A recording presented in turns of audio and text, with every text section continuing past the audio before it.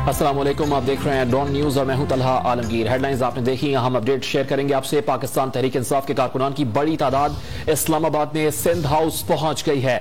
Islamabad police की नफरी भी Sindh house के बाहर मौजूद है। डॉन न्यूज के नुमाइंदे शकील करार से मजीद डिटेल्स लेते हैं। शकील, इस वक्त वहां क्या सूरत हाल है? देखिए, पहले तो इस्लामाबाद पुलिस इससे मुकम्मल तौर पर बेखबर रही थी और कोई भी कारकुन मौजूद नहीं था। जब पीटीआई के कारकुन सिंध हाउस के पास पहुंचे तो इस्लामाबाद पुलिस ने कहीं पर भी उनको नहीं रोका और जब खबर टीवी में चली तो उसके बाद पुलिस जो है मौके पहुंची। एसपी फिदा सत्ती जो है वो नफरी लेकर पहुंचे हैं और इस दौरान में पीटीआई के कारकुनों और पुलिस के दौरान तरफदारी भी हुई है। कोई कारकुन कहते हैं कि वो अंदर जाएंगे सिंध हाउस में, लेकिन पुलिस उनको रोकने की कोशिश कर रही है। इस वक्त भी जो है सिंध हाउस के बाहर यही दगम तेल चल रही है और कारकुन पीटीआई के जो कारकुन है वो सिंध हाउस में दाखिल होने की कोशिश कर रहे हैं। बैरियर पर जो है वो रोक दिया गया है और बैरियर से अंदर सिंध पुलिस के एहलकार है, जबकि बाहर इस्लामाबाद पुलिस के एहलकार है जो उनको रोकने की कोशिश कर रहे हैं। अच्छा शकील, ये बताएगा कि गुज़श्ता रोज भी हमने ये बात नाज़रीन को बताई थी कि इतलात के मुताबिक खबर ये थी कि एसएसयू के कमांडोज भी तलब किए गए थे सिंध हुकूमत की जानिब से। उससे मुतालिक क्या डिटेल्स हैं? क्या वो वहां पर मौजूद हैं? और जो सिंध पुलिस के अफसरान है वो कितनी बड़ी तादाद में इस वक्त वहां मौजूद हैं?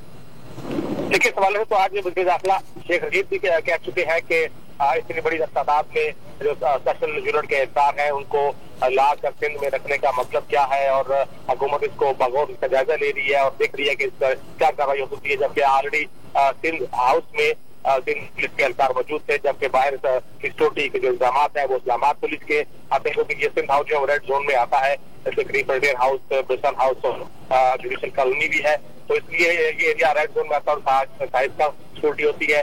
और कारकुनों का जल्दी ये कहा था कि सिंध हाउस में जो मामला चल रहे हैं इसका उनके अरकान को कौमी असम्बली को खरीदने की कोशिश की जा रही है, तो वो उस पर अपना एहतजाज रिकॉर्ड कराने यहाँ पहुंचे।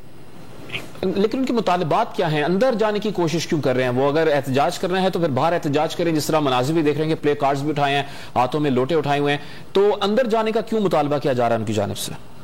देखिए, उनका हाथों में जो लोटे हैं वो यही बताना चाह रहे हैं कि वो जो पीटीआई के कारकुन है जो अपोजिशन के साथ मिलने को तैयार बैठे हुए हैं और कारकुनों का कहना है कि अगर उनने पैसों के बलबूते पर अपना जो है वोट बेच रहे हैं तो उससे एहतजाज उनके सामने जाकर रिकॉर्ड करना चाहते हैं, लेकिन चूंकि इससे साधन का खतरा है इसलिए पुलिस ने उनको गेट पे रोक लिया है।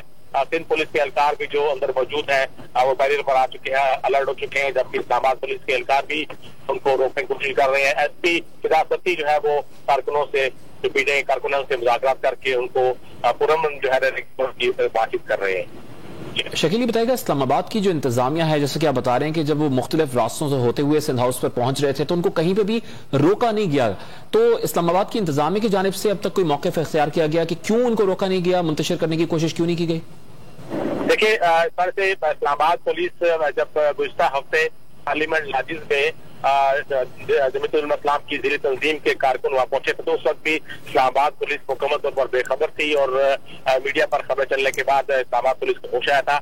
आज भी यही सूरत हाल है कि पीटीआई के कारकुन जो है वो लोटे लेकर सिंध हाउस पहुंच गए, लेकिन इस्लामाबाद पुलिस बेखबर रही और उस वक्त इस्लामाबाद पुलिस पहुंची जब कारकुन सिंध हाउस के गेट पर पहुंच चुके थे, नारेबाजी कर रहे थे, उसके बाद पहुंची है। तो इस्लामाबाद पुलिस ऐसा नजर आ रहा है कि वो इस किस्म के जो एहतजाज है या गैदरिंग है उससे मुकम्मल तौर पर लाइलम थी।